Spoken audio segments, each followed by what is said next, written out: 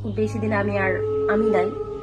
Hi everyone, last অনেকদিন হয়তো আমাকে আপনারা বিভিন্ন হসপিটালে দেখেছেন, আর আমি কাজও কিছু কমিয়ে দিয়েছিলাম বিকজ আমি লাস্ট 1 মান্থের একটু কম সময়ে আমি একটা ডক্টরের কাছে গিয়েছিলাম এবং স্বনামধন্য একটি হসপিটালের ডক্টর। তো উনি আমাকে এমন একটা অ্যালার্মিং কথা বলেছিলেন যে আমি খুবই অসুস্থ। আসলে জীবন মৃত্যু তো আল্লাহর হাতে, তো মরতে তো হবেই, মারা তো যেতেই হবে। তবে কিভাবে মারা যাবো আমি জানি না। তবে যেটা হয়েছে, আমি খুব ঘাবড়ে গিয়েছিলাম এবং আমার পরিবারও ঘাবড়ে গিয়েছিল। আমি বেশ কিছু ডক্টরের কাছে দৌড়াদৌড়ি করছিলাম অ্যান্ড আমার অনেক টাকা খরচ হয়েছে। আপনারা সবাই জানেন যে হসপিটালের বিল আসলে কত বেশি হয়। তো আমি যেহেতু সেলফ ডিপেন্ডেন্ট এবং তো আমার আর কি খুব চাপ পড়ছে, যেহেতু কাজও কমাই দিয়েছিলাম। তো যাই হোক, পরে শেষে আমি খুব ঘাবড়ায় গিয়ে উনি আমাকে 6 মাসের ওষুধ দিল এবং মতান্তরে 1 বছরও আমি খেতে পারি ওটা, এরকম একটা ওষুধ দিল। তো আমি যেটা করলাম যে আমার ফ্যামিলির বা আমার পরিবার, আমার বাবা যেহেতু ফার্মাসিস্ট অনেকেই জানেন, তো পরিবারের কথা মতো আমি আমার ডায়েট চার্ট বা আমার লাইফস্টাইল চেঞ্জ করে ফেললাম এবং আমি ভাবলাম যে ঠিক আছে, এত বড় যখন অসুখ হয়েই গেছে, তো আমি আমার ডায়েট চার্টটা একটু চেঞ্জ করে লাইফস্টাইল চেঞ্জ করে দেখি। তো লাইফস্টাইল চেঞ্জ করলাম অ্যান্ড তারপর আমি এবং আমাকে যে রোগটার কথা বলেছিল সেটা কখনো ভালো হয় না।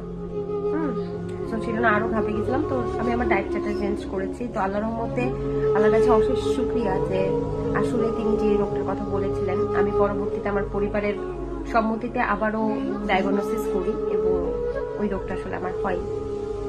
তো আমি বাদে যদি অন্য কারো লাইফে এটা হতো, হয়তো পরিবার বা ওরকম সাপোর্ট যদি না থাকতো, তাহলে সে যদি ওরকম 6 মাস ওই ওষুধটা খাইতো এবং প্যানিক হয়ে যাইতো, তার জীবনে আসলে কি হতো সেটা আমি একটু চিন্তা করতেছি।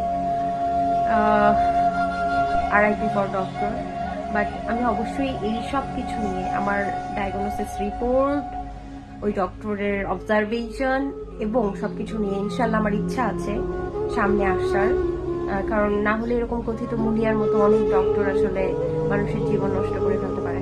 এনিওয়েজ, সো আমি আমার ডায়েট চার্ট বা আমার লাইফস্টাইলটা অনেকটাই চেঞ্জ করে ফেলছি এবং আমি স্বাভাবিকের তুলনায় আল্লাহর রহমতে লাইফটাকে অনেক গুছিয়ে নিচ্ছি, শুধু ঘুমটাকে গুছিয়ে নিতে পারি নাই।